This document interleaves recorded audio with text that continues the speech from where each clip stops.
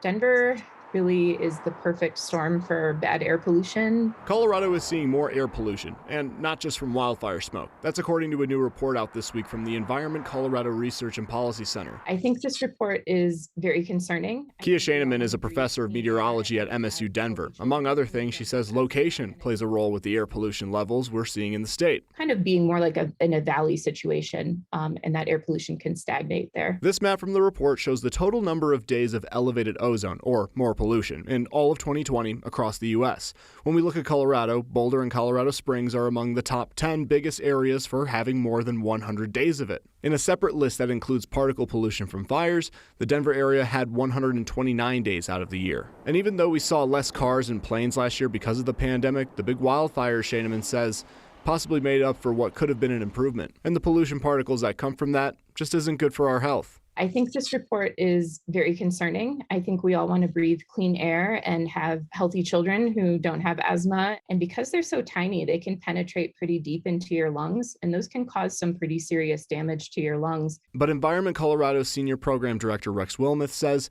it goes further than just wildfires. But the bigger picture is what is the human impact that we're having on the planet right now. There are wildfires, and it's going to continue to happen. And as we continue to have global warming, there's going to be more wildfires. The solution, he believes, more electric cars and more solar panels to start.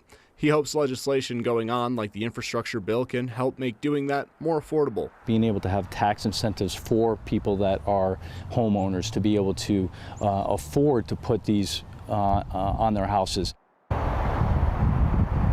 Now, this report highlights the country as a whole, but locally, along Colorado's Front Range, for example, that report notes that emissions from oil and gas operations accounts for anywhere between 30 to 40% of locally produced ozone.